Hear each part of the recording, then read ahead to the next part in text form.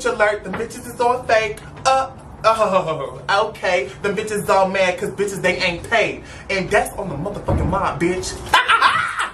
Sometimes at the start, you can feel all by yourself. But I have a partner, but I can't trust no one else. So don't isolate yourself when there's nobody around. I'll be there to think of them. So Shay, what did your pussy sit in your pants like? A fucking grapefruit is real fat and succulent. It vibrates a little bit when you touch it. What a true love will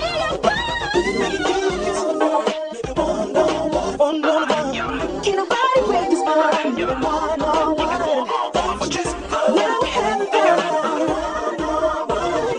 One on one.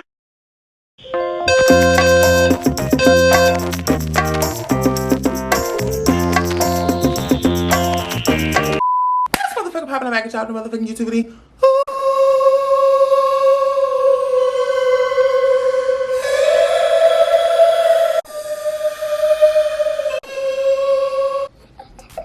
If no one has told you that you're beautiful today, you can trust me when I talk about beauty because, like, literally.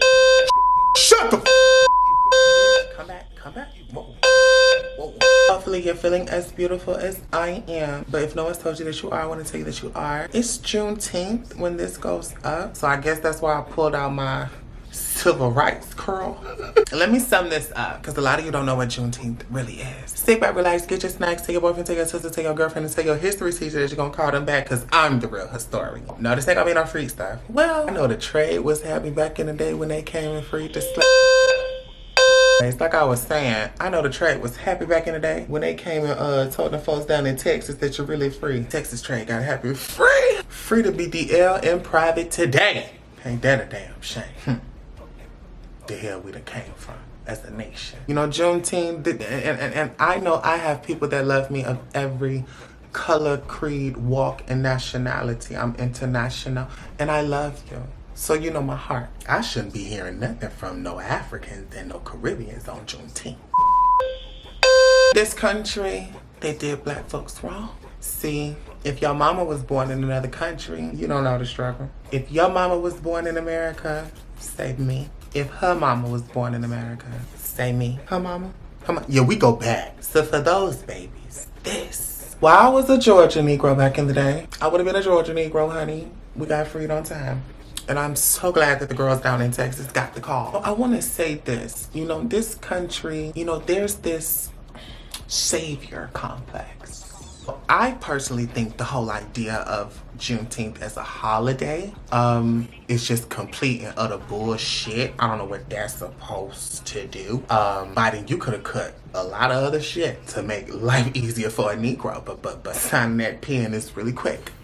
All of my black Americans, you need to stop entertaining arguments that come from people that do not understand our history and won't try. Or those that do and still deny. It is not us. Black people always screaming reparations. See, the white men in this country is starting to get smart because I'm starting to see every other race get bold enough to say something that really just sounds like an old racist white man. Reparations from slavery about to be shoved down our throat. The most righteous holiday in America. Never went through slavery. These ungrateful people. If you don't like America, get the fuck out. Panic politicians. Oh yeah, no, we're gonna take it there this video, but it's Juneteenth. Shut up. Oh, see, black people. Everybody else try to swing on us, and you know we, woe is us, you know, because y'all trying to please the white man. Let me tell you something about him. He fake as hell. Juneteenth is to celebrate us. Sometimes I think it's a beauty that a lot of us don't know our ancestors and don't really know how to pinpoint certain people because maybe it's good that we don't know those people and what they went through and was able to have those horror stories passed down. See, quick history lesson. And I singled out, you know, African immigrants and Caribbean ones because y'all been swinging on my black community a lot. You're present in America, so I'm gonna need you to hush. We ain't never having this conversation in Trinidad. We ain't never having this conversation in Nigeria. Always on American soil, so hush, honey. You see, this idea that all black people the same or connected, it came from the white man. Black folks know that we've all come from different parts of everything, but see, in his world, welcome to America, it's the white man's world, but you gotta know that. That's why black people are so fierce in it because we flipped it and made it. Oh, I got it.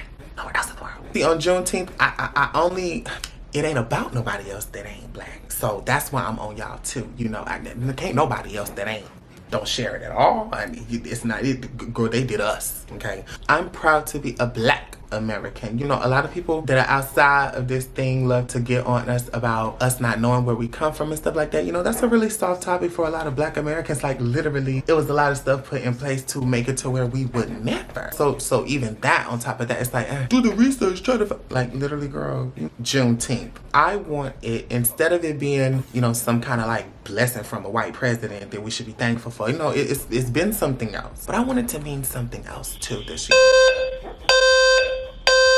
Spirit, what? I want Juneteenth for my generation to be a time where you wholeheartedly celebrate everything about your Black life. Everything that makes you different. You everything. That's really what it is. Yes, it's the delayed message of freedom to the slaves in Texas. What came of the Emancipation Proclamation was a bunch of bullshit. Not much of nothing. Through that, a lot of promises and we'll do this, and you know, and they never came to fruition for real. But through that, allow Black people in politics and in Congress in the 1870s, Black representatives. That shit out of here, old Jim Crow came through in them black codes and they just thought the Klan went crazy. But through that, 1900s running rampant through the South on all of our aunties and uncles. Probably got one you're related to that remembers literally seeing colored signs and no colors allowed signs. But through that, gave us a few rights and then turned drugs loose on every neighborhood. You know, a funny thing, Google all of these police departments. All of them came about in the 1870s. The first U.S. federal prison system was set up simultaneously, like less than a decade after they freed every Black person in the country. And start rounding them up and been rounding them up ever since. But through that, Black folks was never supposed to walk free in this country, and that's what we are doing, and that is very upsetting to a high class. But through that, the things that our aunties and uncles and grandparents and great-grandparents fought for, and cousins and them in church fought, done all types of evil for folks to just get basic rights of respect in this country. There are folks from other parts can come here and get some benefits in a new life running from your dangerous home country that don't nobody want to be in, just for them to get here and tell us we need to forget all of our history. It's gonna be a long talk every time y'all try to bring this up to our community, because some of us really remember it all. And as much as a lot of folks want to discuss, I don't get surprised when white folks get upset with Juneteenth. You know, they were mad with Black Lives Matter. I will never for the life of me. That is some real hatred right there. Black folks there. And Black man didn't even make the shit. White folks, man. It doesn't surprise me, you know, because I just accept American history. White folks just don't like us for some fucking reason. That's just what it's been. Be okay with that. Be surprised when some of them do show up. Oh, wow. Do not be surprised if. So I don't even care about all of their rhetoric and any opinion that they can have about Juneteenth. It's null and void. It's federal now. Black people are so tight-knit, and we remember us because unlike anybody else, we remember when it was us. People don't forget that. If you didn't go through it, it's easy for you to not really care. As a Black boy growing up and not knowing nothing about the world, and I'm 24 and I'm growing up and learning about the history of where a lot of folks come from, do I feel like I'm still there? No, but you have to be knowledgeable of these things and never forget them. How many folks get upset, Miss Juneteenth, people who are actually excited about it? It's a beautiful thing, but I can come up with a theory as to why I believe that, you know, why is the Black American culture so strong, so vibrant, so powerful, so, they came to Africa looking for the strongest and the greatest and the most productive looking, so, you know, we're the descendants of them. But see, the thing about it is, in the USA, and I'm finna wrap this up because I don't want to, I know I bore some of y'all with my factions. Oh my God!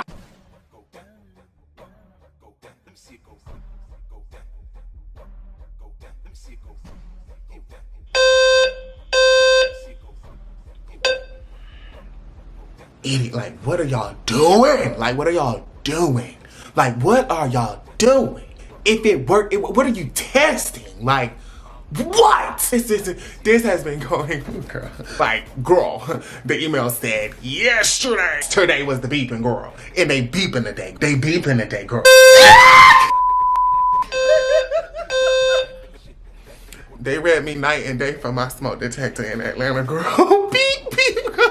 This is not a smoke detector. They running fire drill tests or something. But girl, they was having these fine-ass dreadheads walk around the building, girl. And you know, they had some, like, you know, Hispanic workers too. They told us that they was gonna be coming through here like over the next couple of days. I know they was gonna come, you know, so soon. I hear a knock on my door. You know, I just straightened up and spruced up a little bit, girl. And I look through my peephole, girl. I see just black dreadhead boys walking over with the same, you know, uniform shirt. They the fire department today. I swung that door open, girl. One of them fine dark-skinned dreadheads slid up in here, girl. I'm here to do the inspection. Okay. Girl, I run over to that speaker, start playing that key glock, just do a little thigh. Girl, I'm trying to distract him. He was walking around my apartment. He said, I can go in your room. I said, boy, y'all sent the email to us and told us y'all gonna come up in there. Well, I'm gonna tell you, you can go up in there and you can lay down. That's the only reason why I wasn't too annoyed, girl, with this whole little fire inspection thing, girl. But he just walked through here, girl. I think I scared him. Wait, girl, that's just, I wasn't gonna share that with y'all. But this beeping, it just keep reminding me of this whole process. So bear with me, y'all. I'm sorry. I know that's probably very annoying. The reason why the Black American community is so tight, I'll be all over the place. I hope y'all can deal. The reason we're so tight-knit is because during the Atlantic slave trade, millions more Black people were brought to South and Central America. Not because it was a better place to take them, not because it was cheaper, not because it was a quicker route. If you do your research, I'm not gonna put all that in here. I don't feel like doing all that for this video. It got to go up on time. What I love you for. Queens gotta know their history too, not just the straight. You can Google, it was a significantly, I think probably like off the top of my head, 4 million. A whole lot less were brought to North America in general.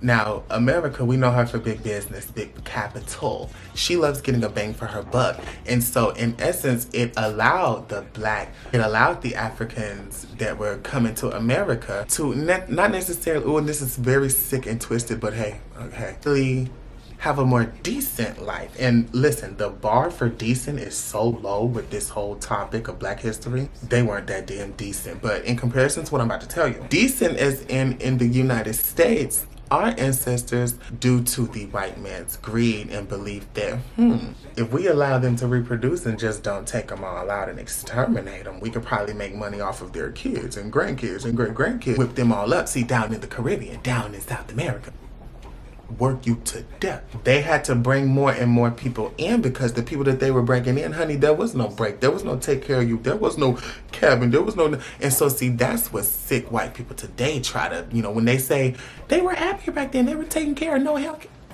Like I said, the bar is in hell.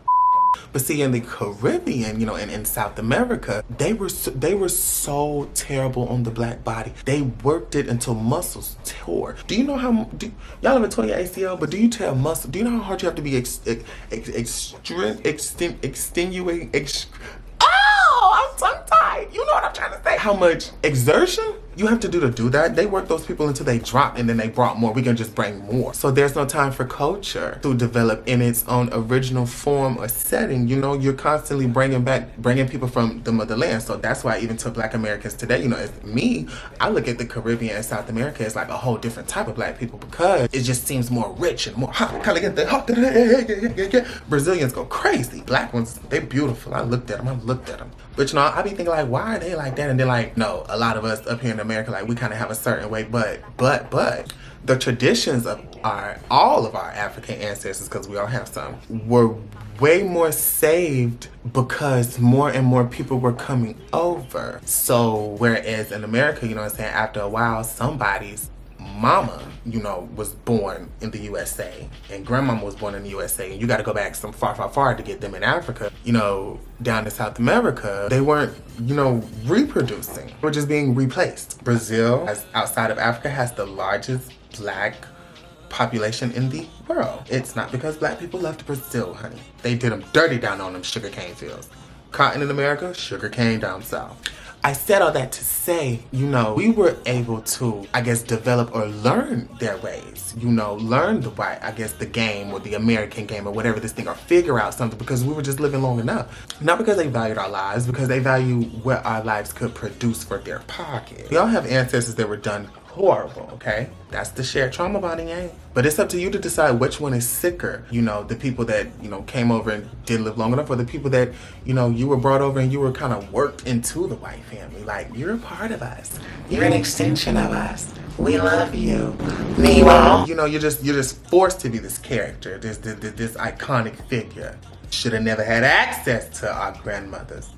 And all these white children back then and were being raised by some of the greatest and strongest Black women. You should have never been able to get a hold of that good, sweet, beautiful, pure Black. So when you know history, it's personal to you.